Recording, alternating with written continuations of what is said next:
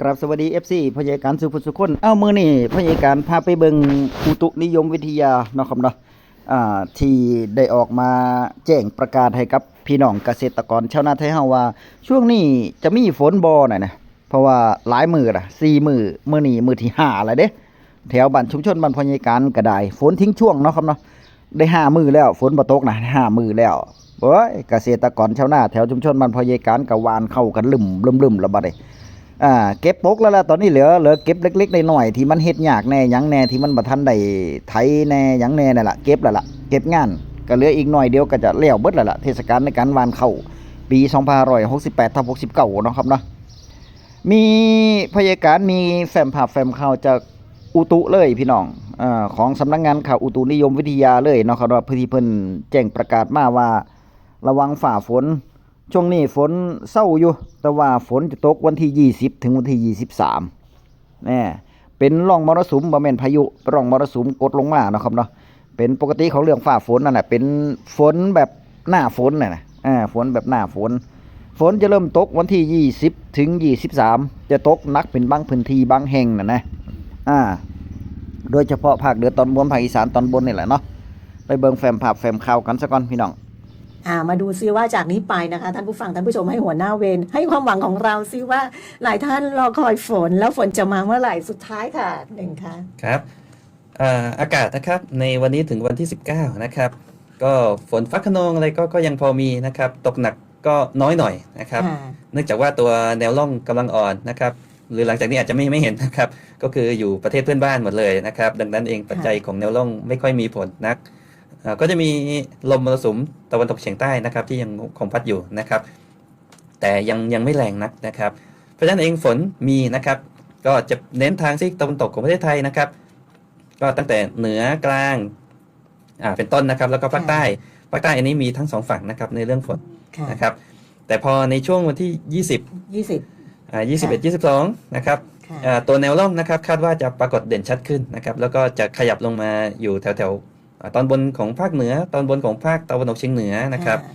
ปัจจัยแนวร่องจะมาควบคู่กับตัวลมมรสุมที่จะเริ่มมีกำลังแรงขึ้นด้วยในพร้อมๆกันนะครับ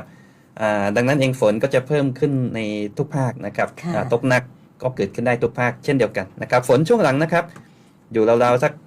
60ถึง 80% นะครับบางที่ก็เยอะหน่อยบางที่ก็อาจจะกลางๆนะครับถ้าเทียบกับช่วงนี้ส่วนใหญ่ก็จะเป็น30-40% นะครับ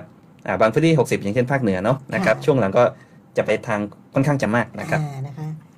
หมดแล้วครับหมดแล้วอันนี้ก็คือเป็นปัจจัยนะคะที่จะมีฝนเพิ่มขึ้นศุกร์เสาร์อาทิตย์นี้นะคะแนวร่องจะมาแล้วก็มรสุมก็แรงขึ้นก็จะทำให้บ้านเรามีฝนเพิ่มขึ้นนะคะจากเดิมศุกร์เสาร์อาทิตย์20 21 22นี้เตรียมรับนะคะวางแผนดีๆนะคะทั้งเรื่องของการท่องเที่ยวการเกษตรแล้วก็ทุกๆด้านเลยนะคะนั่นแหละครับที่เว็บไซต์หรือว่าในส่วนของสถานีของอุตุนิยมวิทยานะครับนะที่เพิ่นแจ้งประกาศมาวันที่20 21 22 23นี่แหละประมาณนี้นะครับนะที่ว่าร่องมรสุมจะผ่านลงมาแล้วก็ร่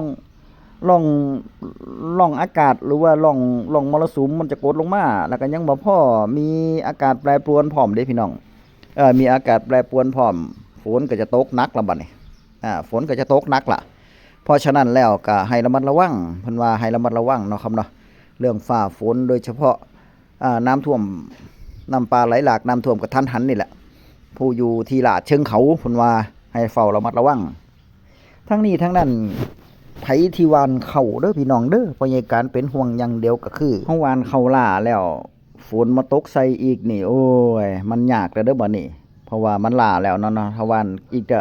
ถ้าวัน3นี่มันจะยากเด้ถ้าเฮาวันเข้าล่าน่ะมีทางเดียวก็คือหากามา3ตกกาไปโลดตกกามา3โอ้ยดำฮอดสิงหาพุ่นล่ะ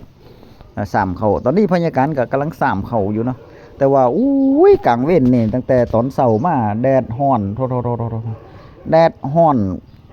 อนอีหลีล่ะถอนกาหากาไป3เข้าย้อนก็มีถอนเอาก็มีก็ค่อยเฮ็ดค่อยทำไปเด้อครับเด้อค่อยเฮ็ดค่อยทำไปดีที่ว่าผู้ที่วันเข้าแล้วเข้ามันช่วงถูกจังหวะเวลาเข้าก็จะบ่เน่าเข้าก็จะเกิดดี เนาะครับเนาะมันก็บ่ได้ซ้ำบัดนี้มันก็บ่ได้ซ้ำก็ซ้ำบ่หลายเดี๋ยวของพญาการมันหลายโพดมันหวานซ้ำบ่ทันแล้วบ่ได้แล้วเพราะว่าถ้าเฮาหวานซ้ำน้ำมันหลายแล้วพี่น้องมีทางเดียวก็คือตอนนี้3ต้นเอาเพราะว่าเข้ามันยาวล่ะซุ่มที่พญาการวันก่อนหน้านั้นก็เป็นข้าวเจ้าดอเกิดเบิดแล้วเนาะครับเนาะผ่านเบิดแล้วล่ะยาวล่ะ3-4 นิ้วล่ะที่นี่ก็ถ้ามันขาดมองไหนก็ค่อยไป3มองพุ่นละ3ต้นเอารอ3ต้นรอมันมีน้ำบ่ล่ะแต่ว่าอีกโดนอยู่อีกเป็นเดือนพุ่นล่ะเพราะว่ามันเข้ามันหน่อยอยู่เข้ามันหน่อยอยู่พยาการไล่3นาโขกนาดินเหนียวซะก่อนเสร็จแล้วก็จะไปไล่3นาห้วยพุ่นละแล้วก็นาปากทางเด้อบ่นี่ไล่ไปนะครับนะไว้บ่ฮู้เอาตามกำลังเฮานี่ล่ะเมื่อยก็เศร้าตัวเนาะเมื่อยก็เศร้านี่แหละที่พยาการเอาแฟ้มภาพแฟ้มข่าวมาให้เบิ่งให้เฝ้าระวังในส่วนของเรื่องฟ้าฝนเนาะครับเนาะฝนจะตกอีกก็เมื่อวันที่20พุ่นล่ะ